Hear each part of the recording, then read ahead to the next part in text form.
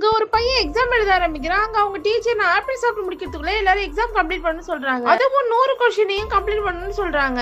அங்க இருக்க எல்லா பசங்களும் எழுதுறாங்க. ஆனா ஒரே ஒரு பையன் மட்டும் தான் பாஸ் ஆகுறான். அவனோட பேரை அனௌன்ஸ் பண்ணிட்டு அங்க இருந்து போயிடுறாங்க. அங்க இருக்க மத்த ஸ்டூடெண்ட்ஸ் எல்லாம் கன்ஃபியூஸ் ஆயிடுறாங்க.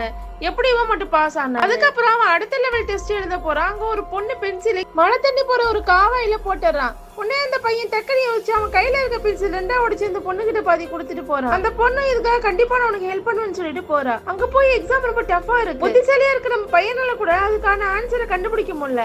ஆனா அந்த பொண்ணு கடகண்டு எக்ஸாம் எழுதிட்டு அங்க இருந்து போறா. அவ எழுத போறப்போ ஒரு பிட்டு கீழே விழுது. அந்த பிட்டு அந்த பையன் தள்ளி விட்டு போறா. ஆனா நம்ம பையன் ரொம்ப நேர்மையா இருக்கதால அந்த பிட்டை மறுபடியும் கீழே தள்ளிட்டு கொஸ்டின் நல்லா படிக்க ஆரம்பிக்கிறான். ஒரு கொஸ்டினோட ஆன்சரும் அடுத்த கொஸ்டின்ல தான் மறைஞ்சிருக்கும். இந்த விஷயத்தை நம்ம பையன் கண்டுபிடிச்சோடனே எக்ஸாம கடகண்டு எழுத ஆரம்பிச்சிடறான். ஆக்சுவலா இந்த எக்ஸாம் ஸ்டூடெண்ட்ஸோட அப்சர்வேஷன் ஸ்கில்ல கண்டுபிடிக்கிறதுக்காக வச்சிருப்பாங்க.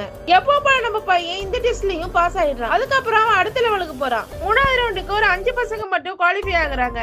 அதுல முதல்ல ஒரு பொண்ணு போறா. அங்க இருக்க ரூல்ஸ் எல்லாம் படிக்க ஆரம்பிக்கும். அது என்னன்னா அங்க இருக்க ஒயிட் ஷேப்ல இருக்க ஒயிட் பிளாக் டைல்ஸ்ல கால் வைக்காம அந்த பக்கம் கிராஸ் பண்ணி போகணும். அது கேட்ட முதல்ல போன பொண்ணு அது எப்படி முடியும்னு கேக்குறா டீச்சர் கிட்ட. உடனே அந்த பொண்ணை அந்த டீச்சர் எலிமினேட் பண்ணிடுறாங்க. அந்த பொண்ணு அழுதுகிட்டே அந்த ரூமை விட்டு போயிடுறா. இப்போ ரெண்டாவதா ஒரு பொண்ணு போறா. அவ கையில ரோப் இருக்கும். அந்த ரோப்பை ஒரு எண்ட்ல இருந்து இன்னொரு எண்டுக்கு அந்த ரூம்ல கட்டிடுறா. அதுக்கப்புறம் அந்த ரோப் மேலே நடந்தா அந்த பக்கம் கிராஸ் பண்ணி போயிடுறா.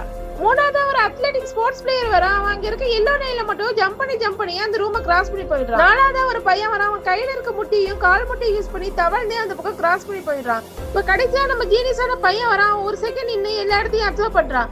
பண்ணிட்டு அந்த ரூம்ல இந்த ஒரு எண்ட்ல இருந்து இன்னொரு எண்டுக்கு ஸ்ட்ரைட்டா நடந்து போறான். இருக்க மத்த பசங்க எல்லாம் நீ மட்டும் எப்படி ஸ்ட்ரைட்டா வந்து பாஸ் ஆனன்னு கேக்குறாங்க. அப்பதான் அந்த பையன் ஒரு விஷயத்த சொல்றான். ரூல்ஸ்ல ஸ்கொயர் ஷேப்ல இருக்க பிளாக் அண்ட் ஒயிட் டைல்ஸ் தான் நடக்க கூடாது. ஆக்சுவலா நேரா இருக்க எல்லா டைல்ஸும் ரெக்டாங்கிள் சைஸ்ல தான் இருந்துச்சு. அதை வச்சுதான் நடந்து வந்தேன்னு சொல்றான். நான் இந்த டெஸ்ட்ல கலந்துருந்தேன்னா ஃபர்ஸ்ட் ரவுண்ட்லயே அவுட் ஆயிருப்பேன். ஒருவேளை நீங்க இந்த டெஸ்ட்ல கடைசி வரைக்கும் வந்திருந்தீங்கன்னா நீங்க என்ன மாதிரி ட்ரிக் வச்சு பாஸ் பண்ணிருப்பீங்கன்னு கமெண்ட் பண்ணிட்டு போங்க.